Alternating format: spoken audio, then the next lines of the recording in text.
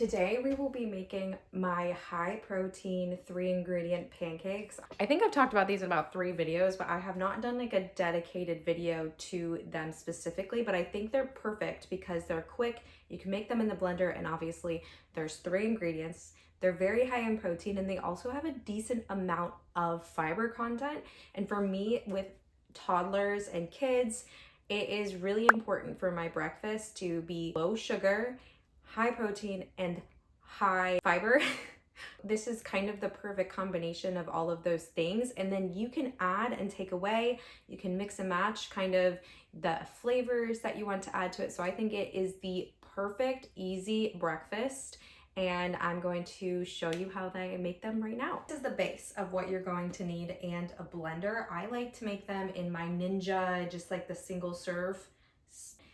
There's a couple of these. I use the low-fat cottage cheese because it has a higher protein content, I'm pretty sure, the Aldi brand.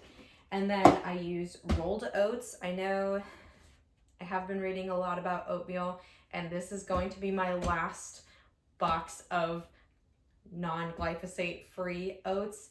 But these are from Aldi. They're super cheap. You're not going to need too many eggs, just 2 eggs for a serving. And the thing is this won't make a ton of pancakes. It's a very thick batter, but they are so filling that especially for a toddler or a baby, they're only going to eat really just like 1. Add any sugar to this because we already put maple syrup over top of it. I always put the oats in first when I'm using this blender, because the cottage cheese always gets stuck at the bottom and it doesn't fall to the bottom of the blender. You always want the cottage cheese to be as close to the blender as possible because it tends to just stick to the sides. So I always put that in whichever way it's gonna be closest to the blender, which this is gonna go upside down. Anyways, so I'm gonna do 4 eggs because I'm doing a double batch. This is 1 cup of oats. I'm doing 4 eggs. And then I'm also going to be doing 1 cup of cottage cheese. So it's 1 part oats, 1 part cottage cheese, and then 2 eggs. Depending on how thick your cottage cheese are, it can be a little dry. So you can add some extra milk. You can add milk to it. You can just do water.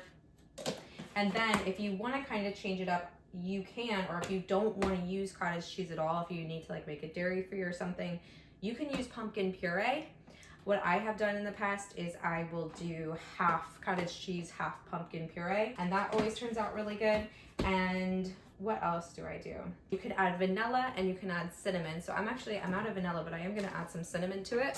We're going to blend this up in the blender until it just looks like a normal pancake batter consistency. The consistency is a little bit runnier than I want it to be, and it's probably because I used the bottom of the cottage cheese container and there was a lot of whey left on there. I'm going to add just like maybe 1/4 of a cup of oats. And then I actually am also going to add, while I'm thinking about it, because I am really trying to up the fiber content in my kids' diets and in my own diet. So I'm adding, I don't know, maybe like a tablespoon, half a tablespoon of chia seeds. So we have a much better consistency. I should tell you about this, is that as it sits, it will get thicker and it starts to get harder to pour. So it is important that you cook this right away, but you can cook these up. And I just keep them in my fridge all week. So usually I'll make a big batch on like Monday and I just keep them in a Tupperware container in the fridge, and they stay nice, delicious, perfect, like quick grab breakfast all week long. These do take a little bit longer to cook up. I have found that the oat flour tends to take a little bit longer to cook. So you want your pan to be super hot. Let them sit a little bit longer than you would normal pancakes because they do take a while to cook.